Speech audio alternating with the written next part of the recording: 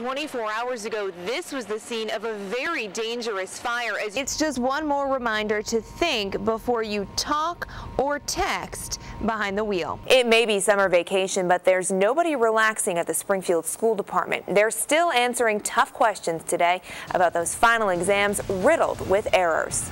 Behind me is the intersection of Main and Carew Streets, where I've just found out that within the hour, crews are going to a lawsuit has opened the files on yet another case of sexual abuse by a Catholic priest. While the charred hull of the Asiana plane lies where it crashed, investigators continue to examine the aircraft in a search for answers as to what happened. What they do know, the Boeing 777 plane was flying below the target speed as it approached the runway. Its main landing gear hit the seawall first, then the tail. 2 flight attendants were ejected when the tail split off from the aircraft as it slammed onto the runway. It was not the landing we usually do, and it was even more than a hard landing.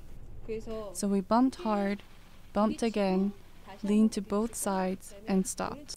It was also the flying pilot's first initial operating experience on the Boeing 777. At this point, the NTSB will not draw any conclusions about what role pilot experience played in the crash.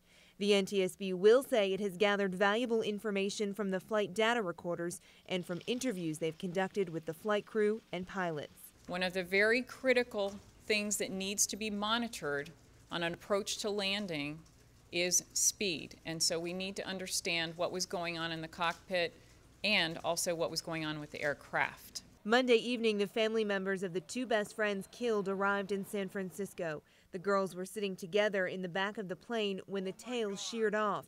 Survivors are also recounting their harrowing ordeal. We were all bouncing all over the place. I just remember there being dust everywhere, and I was freaking out, and then it just stopped. I'm Elizabeth Corridon reporting.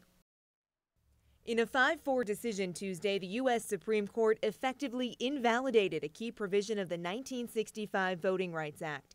Renewed as recently as 2006, the act was passed during the height of the civil rights movement, targeting states with histories of voter discrimination.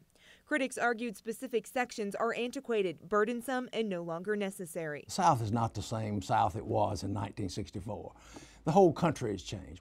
The sections the justices were asked to evaluate empower the federal government to use a formula for determining which states require oversight.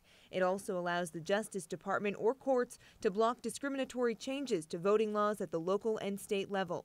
As part of its ruling, the court agreed the current formula is outdated, and Congress must now reevaluate the process for determining which states and localities require federal supervision. Proponents of the Voting Rights Act say it is still necessary. Attorney General Eric Holder cited recent attempts to enact discriminatory voting changes in Texas and South Carolina show why the Voting Rights Act should remain intact. This decision represents a serious setback for voting rights and has the potential to negatively affect millions of Americans across the country. President Obama issued a statement expressing his disappointment, but says his administration will keep fighting. We're going to work with Congress in this effort, and the administration can do everything in our power to ensure fair and equal voting processes are maintained.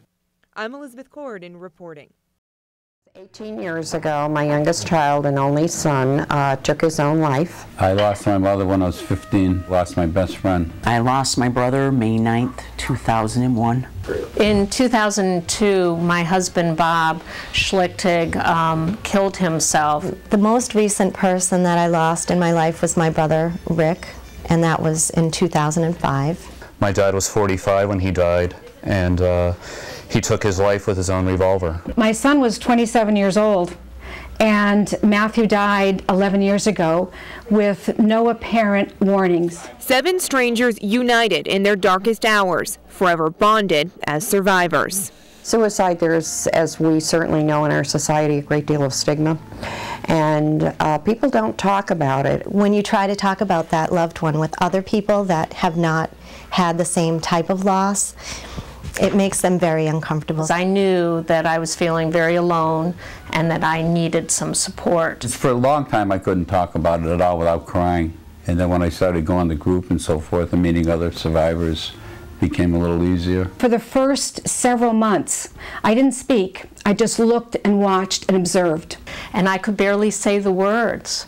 or to walk into that have not had the same type of loss.